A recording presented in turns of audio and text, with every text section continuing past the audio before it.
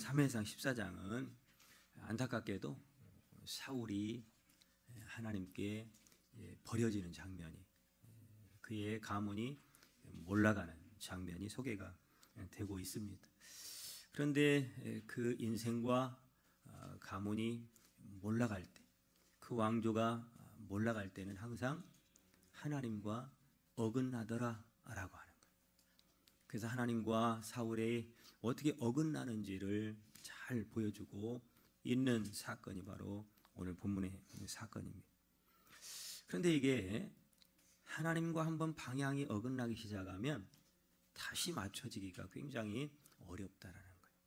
처음에는 이 간격 자체가 그리 크지 않기 때문에 잘 몰라요. 그런데 이것이 하나의 습관이 되고 고정관념이 되고 이게 하나의 자기 인생의 정의가 되어버리면 이거는 다시금 바로잡기가 어렵더라라고 하는 거예요.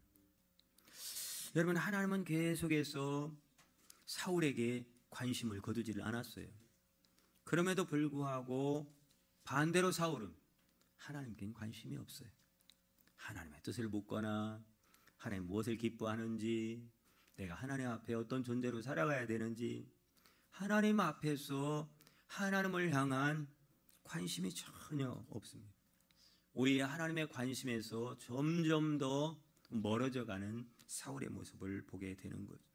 결국은 하나님에게서 멀어진다라고 하는 것은 승리와 축복에서 멀어지고 생명에서 멀어지고 은혜에서 멀어지니까 결국 그 인생이 몰락하고 말더라라고 하는 거예요. 여러분, 내가 하나님의 관심 속에 있다라고 하는 것이 가장 큰 축복인 줄 믿으시길 바랍니다. 그런데 사람은 자꾸 멀어져요. 지난 시간에 모르드게의 승리는 결국은 죄에 대해서 무릎 꿇지 않는, 하나님이 기뻐하지 않는 것들에 대해서, 세상에 대해서 무릎 꿇지 않는 데서부터 시작됐다라고 말씀을 드렸죠.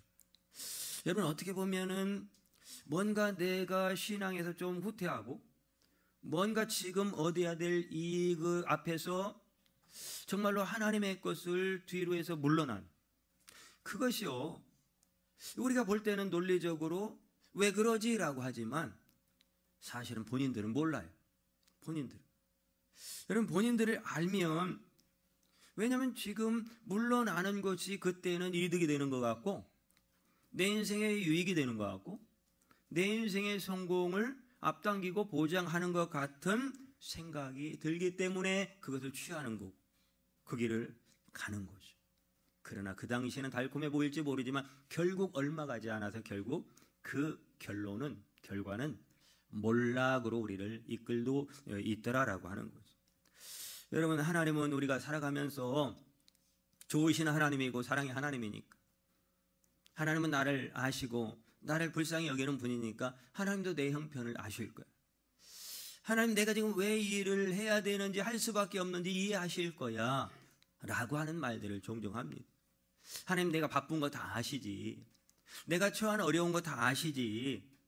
근데 여러분, 하나님 다 알아요. 다 알아요. 여러분, 사람도 보면 어지간히 알아요. 알겠는데 하나님도 알겠다는 거예요. 근데 여러분, 알겠음에도 불구하고 하나님이 우리에게 보고 싶어 하는 것은 그럼에도 불구하고 죄에 무릎 꿇지 않는, 나의 욕심과 영광에 무릎 꿇지 않는, 결국은 우리의 하나님을 향한 그 순전한 믿음 보시기를 원하신다, 그 말이에요. 그래서 성경에는 수도 없이 믿음이 큰 자들아 작은 자들아 믿음이 너를 구원했고, 그러다 병 고쳤는데 믿음을 얘기해요. 여러분, 병 고쳤는데 구원을 얘기해요. 얼마나 많은 사람들이 이 놀라운 기적 속에서 하나님이 어떤 분인지를 정확히 경험을 하는 거죠. 오늘 말씀에는 한 사건 앞에서 어쩜 그렇게 아버지와 아들 두 사람의 문제거든요, 이게. 근데 아버지와 아들이 가는 길이 전혀 다르더라라고 하는 거예요. 한 사건 앞에서 아버지가 가는 길, 그 아들 요나단이 가는 길이 무엇을 취하느냐, 어떤 생각을 가지고 있느냐에 따라서 그 삶의 방향이 전혀 달라지더라라고 하는 거예요. 블레셋과의 이 전쟁에서 이거는 사실 굉장히 어려운 전쟁입니다. 이기기가 힘든 전쟁이에요.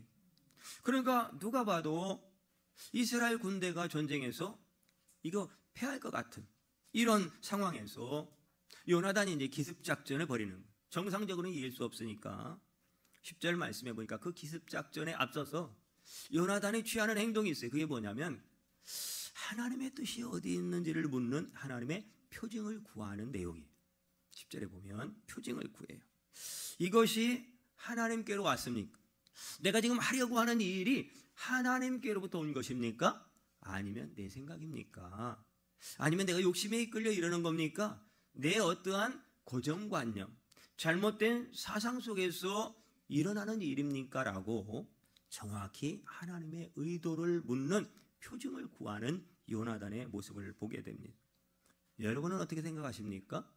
요나단에게도 그 일은 특별한 일이기라기보다는 삶을 살아가면서 얼마든지 겪을 수 있는 일들이라는 거죠.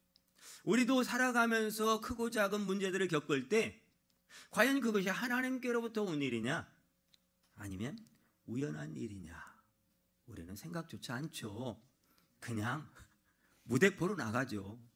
늘 언제나 그렇게 살아왔으니까 나의 경험 속에서 알고 있는 지식 속에서 판단하고 행하는 사람들의 보편적인 모습입니다. 우리는 그 보편을 별로 벗어나질 않아요. 믿음의 사람들이라고 하면서 전혀 믿음으로 생각하지 않더라라고 하는 것. 이게 왜 중요하냐?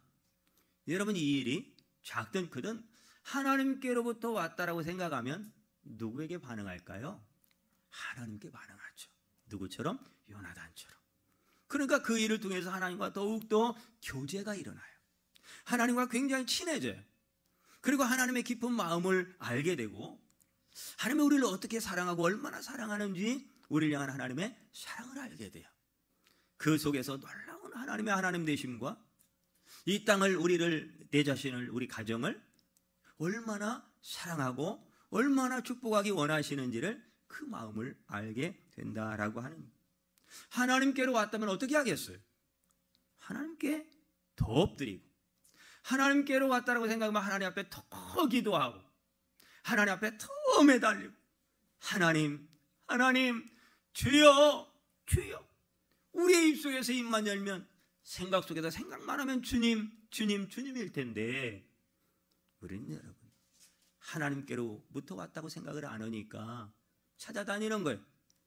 발로 뛰어다니는 거예요. 만나러 다니는 거예요. 여러분, 우리의 삶은 지금 어떻게 살아왔는지를 이제 성탄절을 앞에 두고 대림절 마지막 주간에 좀 정리해보자 이 말이에요. 좋은 거는 계승을 하고 잘못된 것은 바로잡아서 내 안에 성탄, 예수가 태어나는 내 인생이 새롭게 되어지는 새 생명에 출발하는 놀라운 하늘의 영광이 임하는 복된 시간 되기를 축복합니다. 그러니까 요나단의 관심은 사실은 가만히 보면 전쟁에서 이기고 지는 문제가 아니었어요. 그냥 오늘 그 시간에 하나님과 교제하는 거예요. 하나님의 의도를 묻고 싶은 거예요. 그런데 사울의 관심은 온통 이기는 거예요. 이게 참 중요한 거예요. 그거를 모르는 바는 아니라니까요. 내 형편 하나님이 아신다니까요. 여러분, 물질 문제에 당면하면 오로지 그 사람은 물질에 꽂혀버리는 거예요. 건강 문제에 당면하면 그 사람은 온통 건강에 꽂혀버리는 거예요. 여러분, 사울이 바로 그런 사람이에요. 전쟁이 일어났을 때 이기는 건 당연한 것 같은데 그러나 그때 우리는 이 일이 누구로부터 왔느냐가 명확하다면 우리는 하나님만 바라보게 될 것이라는 거죠. 결국 정답은 거기에 있더라는 거죠. 우리의 인생의 형통함은 바로 그때의 누구를 찾고 누구를 바라보느냐에 따라서 결정이 되더라는 거예요.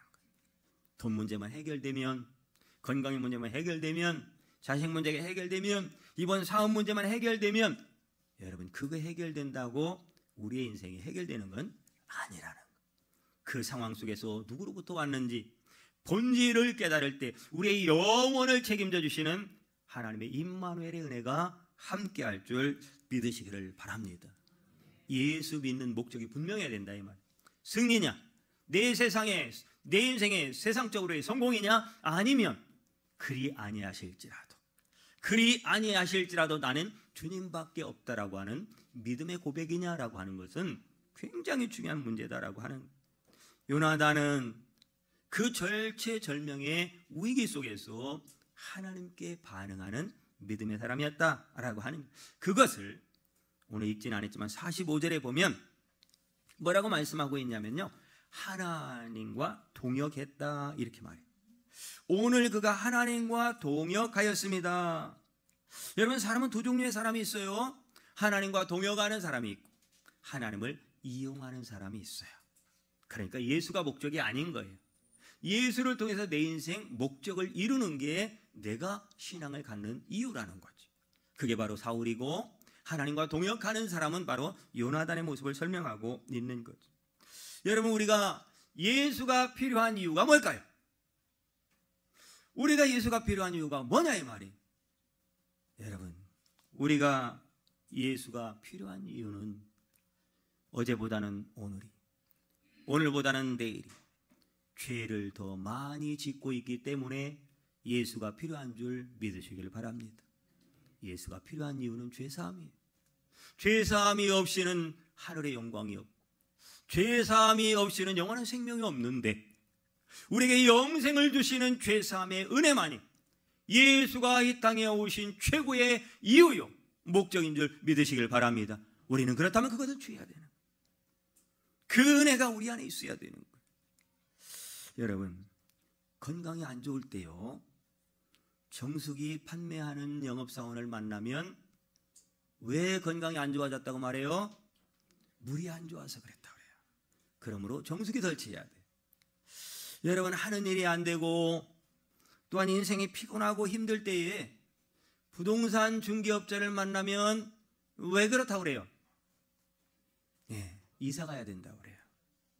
여러분, 무슨 얘기냐면, 우리가 인생이 힘들고 피곤함이 몰려오고 뭔가 답답한 일을 당할 때 누구 앞에 나아가고 누구를 만나고 누구와 상의하느냐, 여러분, 굉장히 중요한 일이라고 하는 거예요. 참 직업은 못 속이는 것이고, 여러분, 내가 평생 살아오면서 형성된 이 마인드가요, 믿음의 세계를 향한다라고 하는 게 참 어려워요. 그 믿음은 습관인 거예요. 불신앙도 습관입니다. 여러분, 오늘 습관은 좀 고칠 게 있으면 고치고, 좋은 습관은 더해서 하나님의 어제보다는 오늘이 은혜 속에 더 강력한 하나님의 인도하심 속에 살아가는 여러분 되시기를 축복합니다. 그래서 사람은 물이 드는 존재다 이렇게 말해요. 뭐라고요? 사람은 물드는 존재. 가을에는 호색 단풍으로 온 세상이 다 물들잖아요. 겨울이 되니까 또 여기저기서 흰 눈으로 물들잖아요. 근데 여러분, 물이 들으면 빠지기가 시간이 많이 걸려요. 여러분, 그러므로 우리는 누구에게 물들어 사느냐, 세상에 물들기 시작하면 그 빼기가 어려워요.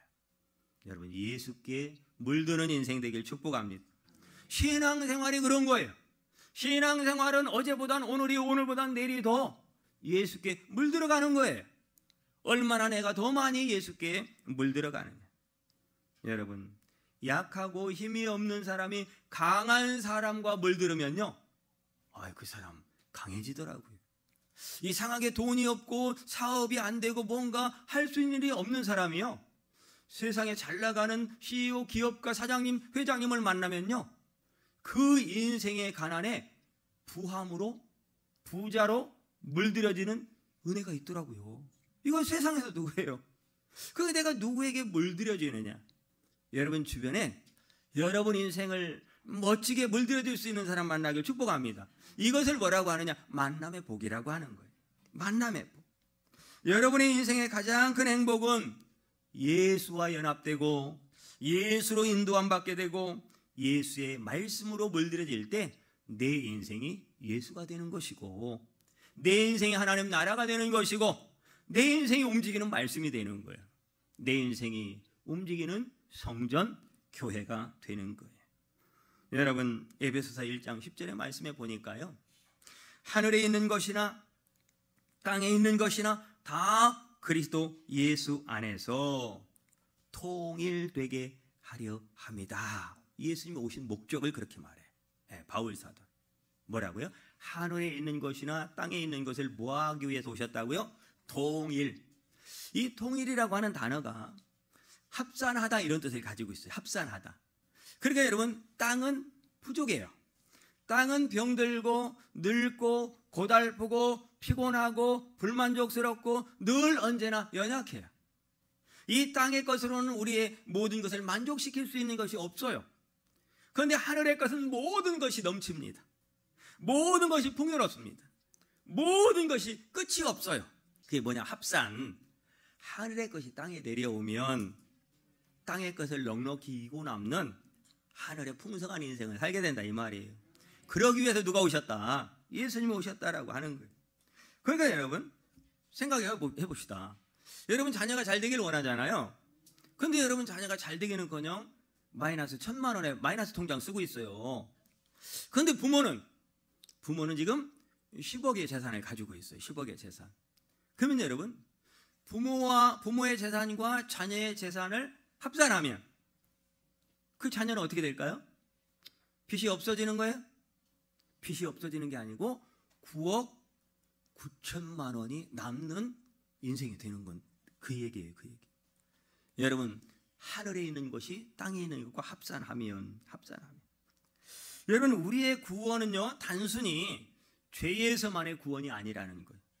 우리를 구원하신 하나님의 은혜는 하늘과 땅, 하나님 것과 내 것을 합산해서 달랑달랑 구원만 받고 죄사함만 받아서 영에 부채가 없는 인생이 아니라 우리로 이 땅을 살아가면서도 이 모든 것을 도와여 주시는 하늘의 풍성한 은혜를 누리며 살 수 있도록 우리에게 이 모든 것을 더해 주시는 은혜를 축복을 주셨다라는 거예요. 이 축복을 누리라는 거예요. 누리지 못하는 에베소 교회를 보면서 답답해서 바울이 얘기하는 거예요. 왜 너희는 이 세상을 가난한 자처럼 무명한 자처럼 마치 거꾸로 들음을 당한 자처럼 사냐 이 말이에요. 그게 바울이 그럴 필요 없다. 너희는 무명한 자 같으나 유명한 자잖아. 너희는 가난한 자 같으나 부한 자잖아. 이 놀라운 영적 원리를 바울이 깨달은 거예요. 우리 이 원리 안에서 살면 우리의 환경이 조금 어려워도 그 속에서 하나님 우리에게 풍성하게 부어주시는 은혜 속에서 얼마든지 기뻐할 수 있고 얼마든지 자랑할 수 있고 얼마든지 당당하게 행복하게 살 수 있다라고 하는 거예요. 여러분 그런데 이것이 우리의 선택에 달려있는 것 같은데 그렇지 않아요. 여러분 이미 우리를 이렇게 축복하시기로 하나님이 작정한 줄 믿으시길 바랍니다. 사람의 설계에 건물을 지으려고 하는 어떠한 인생의 플랜 설계도요 어지간하면 그걸 따라가는데 하물며 하나님이 우리를 향해 계획하신 그 선택하심과 작정하심이 경제가 어렵다고 나라가 어렵다고 내가 조금 모자라다고 못 배웠다고 우리를 향한 하나님의 그 축복이 경감되겠느냐 이 말이에요. 흔들리겠느냐 이 말이에요. 여러분 우리가 뭔가를 더 잘 선택하고 우리가 뭔가를 더 잘해서 그 하나님의 예정한 복이 오는 것도 아니고 우리는 이 원리를 알면 아 하나님이 다 준비해놓고 계시구나. 내가 뭘 잘해서가 아니라 그럼 우리가 해야 될 일은 준비하시고 예비하시고 나를 위해 건네주려고 내 앞서 서 있는 그 하나님께 우리의 얼굴을 향하고 우리의 마음이 하나님께 있어 주여 나에게 그 은혜를 주세요라고 엎드리며 기도하게 될 줄 믿으시기를 바랍니다. 여러분 마가복음 4장에 마태복음 13장에 보면 또 여러분 씨 뿌리는 비유가 복음서에 여러 개 나와요. 예. 거기에 보면은 씨 뿌리는 비유가 나오는데 그 씨 뿌리는 비유를요 30, 60, 100 마가복음 그렇게 얘기를 해요.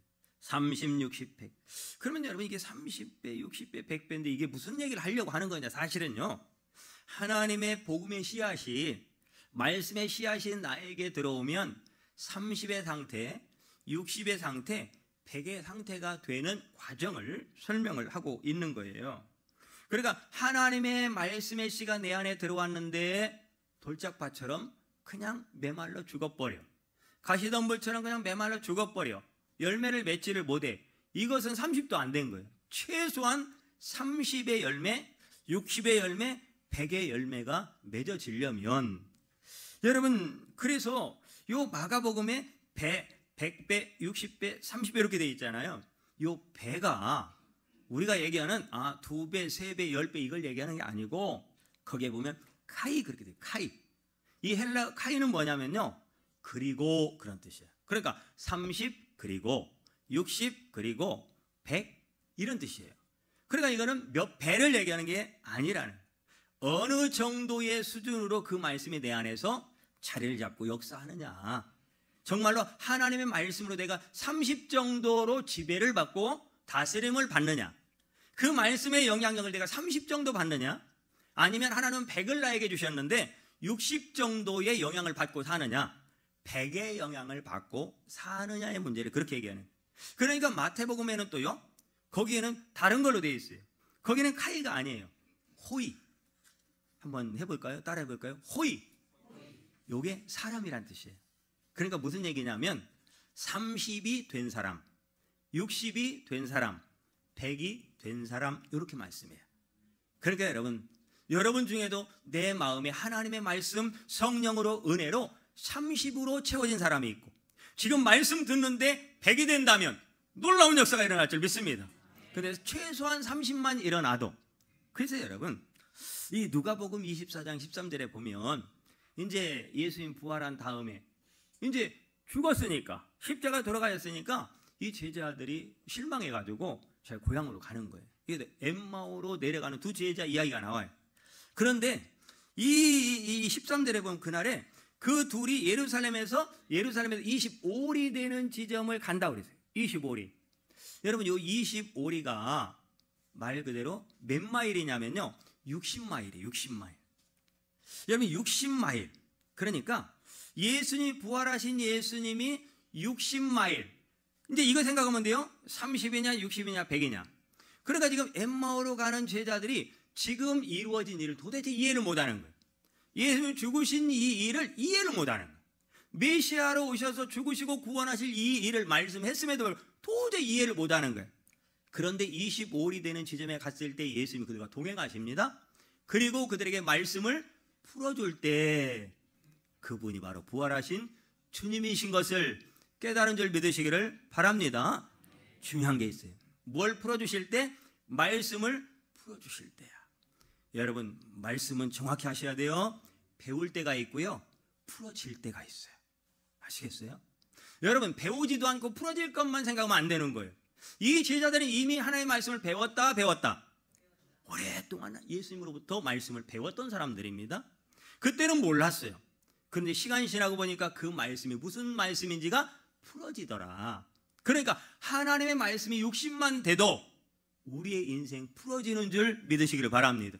그러니까 우리의 인생이 막혀있다. 우리의 인생이 지금 아주 고통 가운데, 고난 가운데 있다. 여러분, 말씀이 지금 30인지 아니면 30도 안 되는지를 점검하셔야 돼. 수도 없는 축복의 말씀, 우리의 인생을 여는 말씀, 우리에게 승리를 주시는 말씀, 가장 행복할 수 있는 말씀, 축복의 말씀을 수도 없이 우리에게 던져주고 있는데, 과연 그 말씀이 내 심령에 박혀서 어떤 영향력으로 나를 다스리고 나를 끌고 가고 있느냐라고 하는 거예요. 여러분, 요한계시록 14장 7절에 보면요, 14만 4천 구원받은 사람들의 상징적인 숫자가 나옵니다. 그 14만 4천이요 원문에 보면 100이라고 되어 있어요. 그러니까 여러분, 100이 된 사람이 하나님 나라의 보고를 열 자들이고 하나님 나라의 생명록에 기록된 자들이다라고 하는 것을 말씀하고 있는 거예요. 성경의 100은 은혜예요. 은혜. 그러니까 아브라함의 100세에 이삭을 낳잖아요.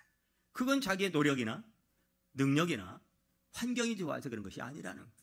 하나님의 은혜로 낳을 수 없는 아들 이삭을 낳게 되었다라고 하는 거예요.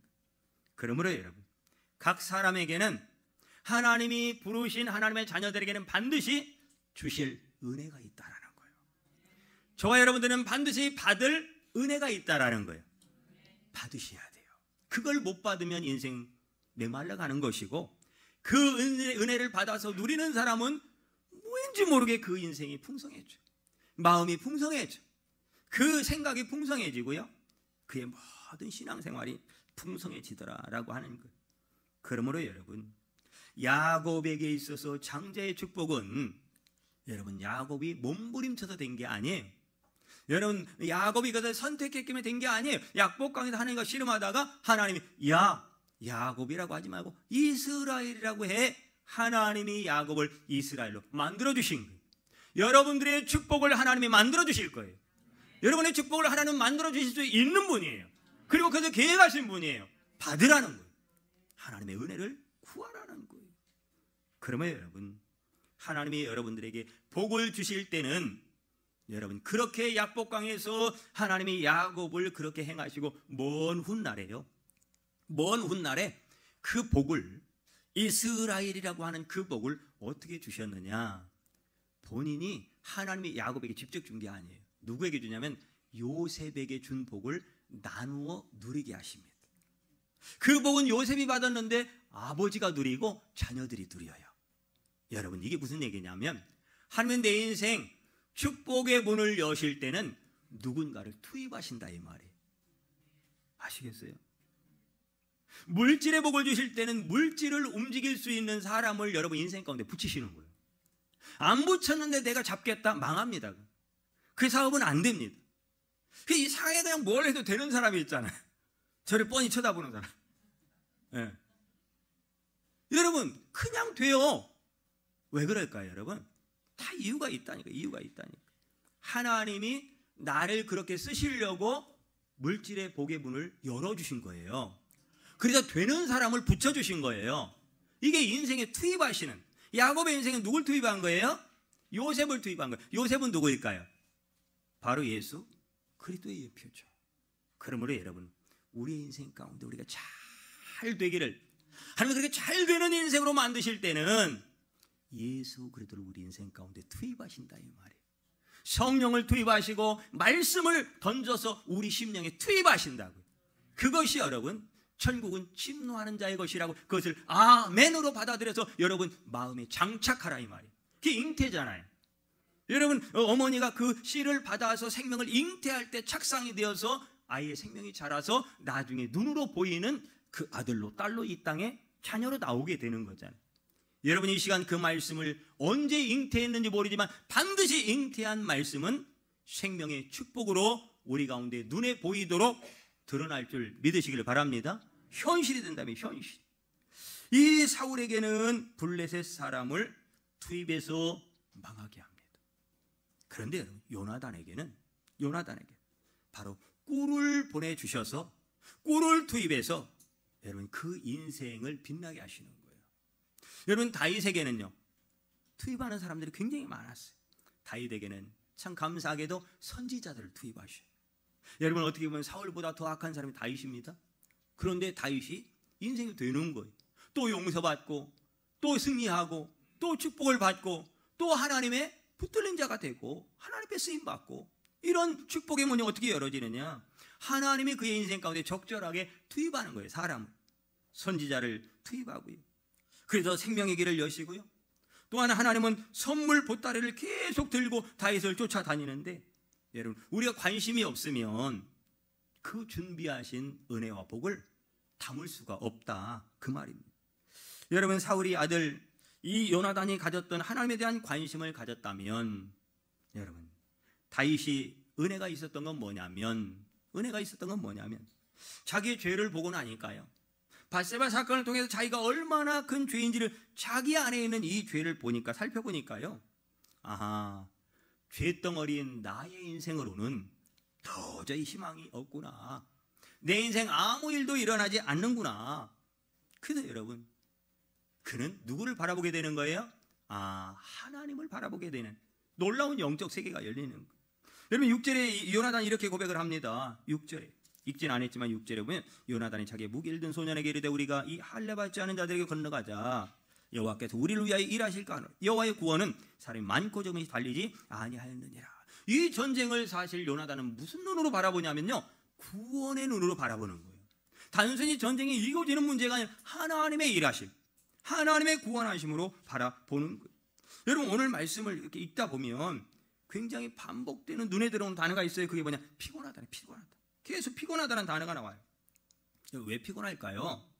오늘 말씀해 보니까 지금 여러분 이 사울은요, 꿀을 먹으면 이들이 지치고 배고픈데 먹을 것이 없는데, 꿀을 먹으면 지금까지 못 먹었던 모든 에너지를 보충하고 더 힘이 더할 수 있는, 다시금 용기 충천할 수 있는, 사기 진작할 수 있는 그런 놀라운 기회를 하나님이 주셨음에도 불구하고 사울은 뭐예요? 전혀 딴 방향에 하나님의 계획과는 생각과는 전혀 반대 방향에 꿀 먹으면 안 된다라는 것이고, 요나단은 꿀은 하나님이 주셨다라는 것이고 꿀을 먹어야 된다는 것이고. 여러분, 사람은 이렇게 갈라지더라 이 말이에요. 똑같은 것을 가지고도 여러분 하나님에게서 자꾸 멀어지고, 은혜에서 멀어지고, 말씀에서 멀어지면 말씀이 없으니까 결국은 뭐예요? 자기 안에 있는 경험과 노하우와 이 생각과 고정관념으로, 경험으로 그들 판단하더라라고 하는 거. 먹으면 사는데 먹지 말라는 거, 먹으면 이기는데 먹지 말라는 거. 여러분, 이게 요즘 이렇게 달릴까요? 꿀 하나를 넣고 여러분의 꿀단지 하나 갖다 주면 드시겠어요? 드시겠어요? 맛있다고 아니, 당뇨 있는 분 말고요. 네, 당뇨 있는 분 말고. 나 당뇨 있는데 하면 곤란하고. 여러분, 먹어야 될 꿀인 거예요. 근데 지금 이 요나단은 애가 탄 거예요. 이거 먹으면 사는데, 이거 먹으면 이기는데, 이건 하나님이 주신 것인데. 오늘 여러분들에게 주시는 하나님의 말씀이 그런 줄 믿으시기를 바랍니다. 먹으면 사는데, 먹으면 되는데, 아멘하면 열릴 텐데, 아멘하면 치료할 텐데, 아멘하면 놀라운 하나님의 기적을 볼 텐데, 그게 안 되는 거예요. 그게 안 되는 거예요. 참. 그러므로 하나님의 선택에는 참 어쩔 수가 없는 거예요. 여러분, 요셉은요, 그 감옥 속에서도, 보디발의 그 누명 속에서도 보디발을 바라본 것도 아니고, 그 아내를 바라본 것도 아니고, 바로를 중심으로 바라본 것도 아니고, 자기 신세, 처지 이거를 바라본 것도 아니에요. 오직 하나님을 바라보는 그 신앙이 요셉에게 있었기에 그 하나님도 요셉의 인생 가운데 신속하게 응답하신 줄 믿으시기를 바랍니다. 여러분, 32절부터 33절에 보니까 이런 말씀이 나와요. 그게 뭐냐면 결국은 사울이 꿀을 먹지 못하도록 하는 내용이에요. 그런데요, 꿀을 먹어야 되는데 먹지 못하게 사울이 하니까 이 사람들이 무슨 일을 벌이냐면요, 짐승을 잡아서 피채 먹습니다. 잘 들으셔야 돼요. 여러분, 이 왕권은 강한 명령입니다. 어기면 죽어요. 또한 말하면 들어야 돼요. 죽고 그러니까 백성이 꼼짝 못해요. 그대로 따라 한다 이 말이에요. 그런데 사울이 잘못된 판단을 내리니까 꿀 먹지 마 하니까 먹긴 먹어야 되잖아요. 뭘 먹어요? 짐승을 먹는데요, 짐승이 피채 먹어요. 여러분, 또 하나의 죄를 범하게 만들어요. 절대 레위기 17장에는 피채 먹으면 안 되는 거예요. 좋은 꿀을 줬을 때 우리가 아멘으로 믿음으로 그 말씀을 받아들이지 않으면요, 여러분, 우리는 그게 그냥 끝나는 게 아니라 죄가 하나씩 더해지더라 이 말이에요. 죄가, 우리가 죄를 이기고 승리의 하나님의 영광 가운데 나갈 수 있는 유일한 힘주심은 하나님의 생명의 말씀인 줄 믿으시길 바랍니다. 말씀을 귀하게 여기셔야 돼요. 말씀을 무시하고 성령님을 무시하고는 우리의 인생이 잘 될 수가 없는 거예요. 또 다른 사람들을 또 죄짓게 만드는 결과를 가져오더라라고 하는. 마지막에 35절에 보니까요, 사울이 여호와를 위해 제단을 쌓았으니 이는 그가 여호와를 위해 처음 쌓은 제단이야. 사실은 여호와를 위해 쌓은 제단이 아닙니다. 사울이 처음 제단을 왜 쌓았을까요?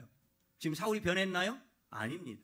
그러므로 여호와를 위한 제단이 아니라 이 제단은 번제단입니다. 누굴 위해 쌓았을까요? 그렇죠, 앞에서 자기가 죄짓게 만든 사람들이 피채 먹은 건 율법에 있는 거니까 확연히 드러나잖아요. 그 사울도 알거든요. 그런데 그 죄짓게 만든 장본이 본인이라는 것을 몰라요. 아직도 자기는 괜찮은데 죄 지은 그 백성들이 용서받아야 되니까 번제단을 쌓은 거예요. 지금 여전히 누구는 아니라는 거예요? 나는 문제가 없다라는 거, 나는 아니라는 거예요. 나는 그 원인에서, 그 책임에서 자유롭다라는 거예요. 여러분, 이 대한민국의 책임이 그들만의 문제입니까? 우리들의 문제임을 하나님 앞에 고백하며 진심으로 나갈 때, 통일하며 잡아갈 때 이 민족을 다시금 세워줄 줄 믿으시기를 바랍니다. 누구에게 할 때가 아닌 거예요. 누구에게 할 때가. 여러분, 37절 말씀 다시 한번 볼게요. 37절에 보니까 사울이 하나님께 묻자오되 내가 블레셋 사람을 추격하리까 주께서 그들 이스라엘 손에 넘기시겠나이까 하되 그날에 대답하지 아니하시는지라. 이미 하나님의 대답은 그에게서 멀어졌습니다. 하나님의 관심은 그에게서 멀어진 지 오래이기 때문에 이런 일들이 발생하더라라고 하는 거죠. 38절 마지막으로 읽겠습니다. 사울이 이르되 너희 군대의 지휘관들아 다 이리로라. 오늘 이 죄가 누구에게 있나 알아보자. 끝까지 사울은 하나님이 대답하지 않음에도 불구하고, 않는데도 불구하고 끝까지 깨닫지를 못하고 그 원인이, 그 잘못함의 원인과 책임이 여전히 자기는 아니라고 하면서 누가 다른 사람의 죄가 범한 사람이 누구인가를 찾아내겠다라는 거. 저와 여러분은 주님과 동역하는 사람이 맞을 겁니다. 여러분, 주님과 동역하는 사람이라면 반드시 여러분 인생에 오늘 이후로 하나님이 축복의 사람을 투입하여 주실 줄 믿습니다. 그 사람을 만나기를 바랍니다. 그런데 반드시 만나야 될 말씀으로 오신 예수 그리스도를 투입할 때 만남이 풀어지더라라고 하는, 만남의 길이 열어지더라라고 하는. 그러므로 제일 중요한 만남은 주님과의 만남이고 말씀과의 만남이고 성령님과의 만남인 줄 믿으시기를 바랍니다. 아니, 도와주시는 도움, 보혜사 성령, 그 성령을 무시하고 어떻게 누구에게 우리가 도움을 받을 수 있겠느냐 이 말이에요. 성령의 도우심을 받을 때 성령을 귀히 여기고 성령께 의지하고 성령을 구하고 성령으로 충만할 때 돕는 자를 보내주시는 거예요. 한 주간도 여러분들의 믿음을 세우는 사람을 만나기를 축복합니다. 다윗을 힘있게 의지하도록 도왔던 요나단, 진짜 말씀을 먹여주는 아히멜렉이라고 하는 제사장과의 만남이 다윗에게, 다윗이 엇나갈 때마다 그의 삶을 바로잡아주는 갓과 나단이라고 하는 선지자, 다윗에게는 아비가일이라고 하는 지혜로운 여인과의 만남. 여러분, 이런 만남이 여러분에게 있기를 축복합니다. 연말의 분위기나 술에 취하고 세상에 취하지 말고 여러분의 삶을 축복하기 위해서 투입하시는 성령에 취하고 은혜에 취해서 여러분의 인생이 다시 한번 반석이신 예수 그리스도 위에 든든히 세워지는 복된 인생 되기를 주님으로 축복합니다. 기도하면 이런 모든 성도들 다 되게 하여 주시옵소서. 예수님의 이름으로 기도합니다. 아멘.